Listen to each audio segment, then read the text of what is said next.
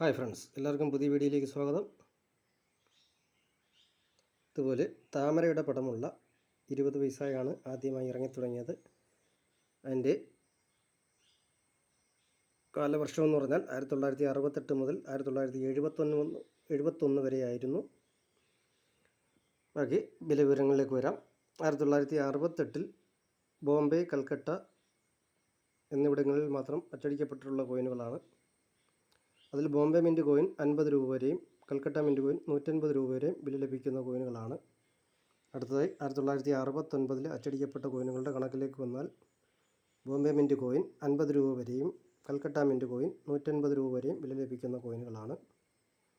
അടുത്തതായി 1970 all mint coin 30 രൂപ വരെ വില ലഭിക്കാവുന്ന കോയിനുകളാണ്. 1971 മിൻറ്റ് ചെയ്യപ്പെട്ടിട്ടുള്ള കോയിനുകളും 30 രൂപ വരെയാണ് വില ലഭിക്കുക. അപ്പോൾ അടുത്ത 20 പൈസ വീഡിയോയിൽ കാണുന്നതുവരെ എല്ലാവർക്കും ഗുഡ് ബൈ.